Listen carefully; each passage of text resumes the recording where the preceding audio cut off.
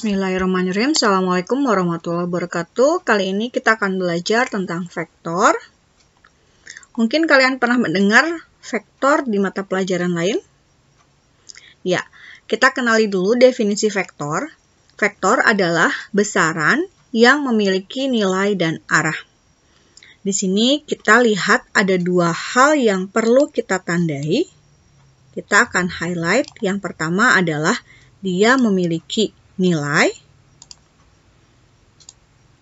dan memiliki arah.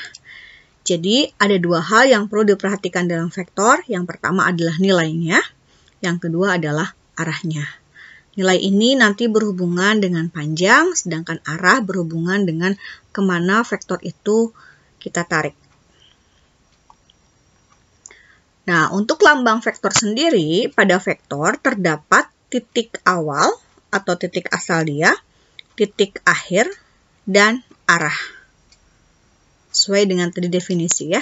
Jadi, dia punya titik awal, titik akhir, dan arah. Nah, di sini kita lihat ada titik A sebagai titik awal, kemudian ada titik B sebagai titik akhir, dan ada tanda panah. Jadi, untuk membuat suatu vektor, ada titik awal, titik akhir, kemudian kita tarik garis. Nah, vektor ini bisa kita namai dengan vektor AB, atau misalkan kita namai dengan sebuah huruf saja, misalkan vektor P. Jika dia dinamai dengan vektor P, maka vektor P dilamakan dengan huruf P, kemudian ada tanda panah di atasnya. Jadi, kalau ada huruf yang kemudian di atasnya ada lambang panah, itu menandakan bahwa dia adalah sebuah vektor. Nah, bagaimana cara memvisualisasikan suatu vektor? Yang pertama, dalam koordinat kartesius biasanya untuk menentukan suatu vektor adalah diberikan dua buah titik. Jadi misalkan ada titik A, kemudian ada titik B. Lalu ditentukan arahnya. Misalkan, kalau di sana tulisannya AB, kemudian tanda panah di atas, artinya arahnya dari titik A menuju ke titik B. Sehingga titik A sebagai titik awal kita membuat vektor. Yang kedua, misalkan nama vektornya adalah BA. Kemudian ada tanda panah. Artinya, arah titik B menuju ke titik A. Di sini artinya B sebagai titik awal.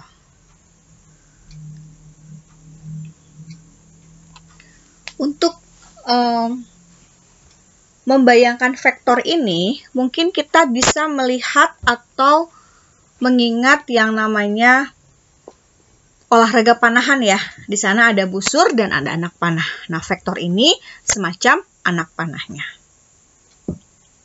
Baik, yang kedua, selain dengan koordinat kartesius, bisa juga vektor diberikan dalam suatu vektor baris atau vektor kolom. Misalkan ini adalah vektor kolom A, ada tandanya, kemudian di sini ada huruf X dan Y. Nanti biasanya X dan Y ini diganti oleh bilangan. X itu menandakan pergeseran horizontal atau sederhananya terhadap sumbu X. Di sini, kalau pergeserannya positif berarti dia ke kanan, kalau negatif berarti dia ke kiri. Sedangkan Y menandakan pergeseran yang vertikal atau terhadap sumbu Y. Sehingga kalau positif dia akan bergeser ke kanan, kalau negatif, dia akan bergeser ke bawah. Itu cara membuat vektor. Mudah ya? Oke. Sekarang kita akan praktek langsung bagaimana cara membuat vektor dari vektor kolom yang sudah ada. Misalkan, buatkan vektor berikut pada kotak di bawah ini. Di sini artinya tidak ada kartesiusnya ya, tidak ada sumbu XY. Kemudian hanya ada kotak-kotak untuk memudahkan. Ada vektor A, 2, 5. Artinya 2 satuan ke kanan, 5 satuan ke atas. Yang pertama kali harus kita buat adalah titik awal. Kita akan buatkan dulu titik awalnya. Sebetulnya hanya sebuah titik, jadi titiknya kita perbesar aja biar lebih jelas. Misalkan di sini ya, kita buatkan titiknya.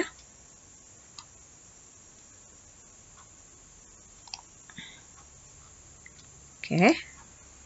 Titik ini hanya menandakan dia sebagai titik awal. Kita sudah punya titiknya. Kemudian, kita akan buatkan 2 satuan ke kanan dan 5 satuan ke atas. Nah, di sini kalau dalam Word, kita bisa ambilkan tanda panahnya. Kita hitung dulu 2 satuan ke kanan. Dari sini, titik awal, 1, 2. Kemudian, kita geserkan ke atas 5 satuan. 1, 2, 3, 4, 5. Maka kita lepaskan tanda panahnya agar dia bisa membuat suatu vektor. Nah, mungkin kita akan perbaiki dulu warnanya biar lebih terlihat. Kita akan perbaiki warna dan kita akan perbesar garisnya. Nah, ini ada yang dimaksud dengan vektor A. Nah, sebelah kanan sudah ada ya copy paste-nya atau kunci jawabannya. Nah, vektor A ini kalau dilambangkan dalam vektor kolom adalah 25. Tapi kalau dilambangkan dalam bentuk geometrinya, gambarnya seperti ini. Caranya tadi 2 satuan ke kanan, 5 satuan ke atas. Bisa difahami ya? Oke, kita ambil contoh yang kedua. Contoh yang kedua, di sini B-nya 3 min 4. Yang pertama kita lakukan adalah tadi apa? Buat dulu titik awalnya. Misalkan titik awalnya di sini. Oke. Nggak terlalu pas titik awalnya. Kita paskan dulu. Nah, kemudian 3 satuan ke kanan, 4 satuan ke bawah. Nah, kita buatkan dengan anak panah.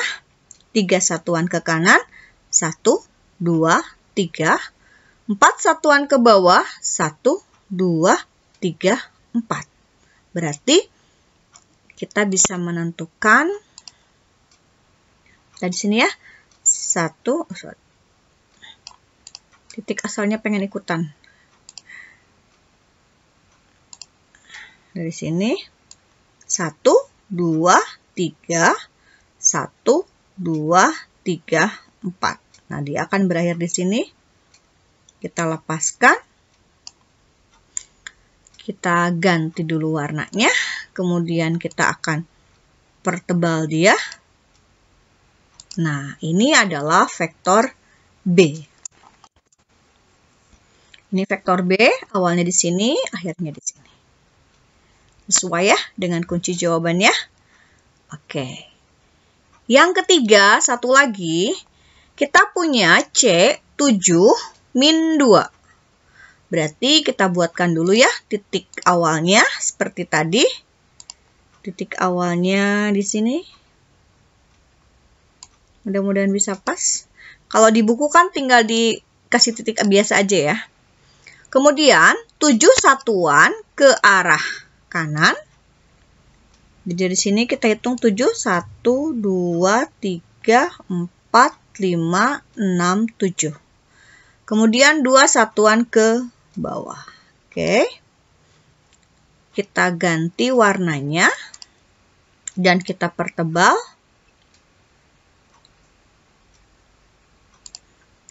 Nah, ini adalah vektor C.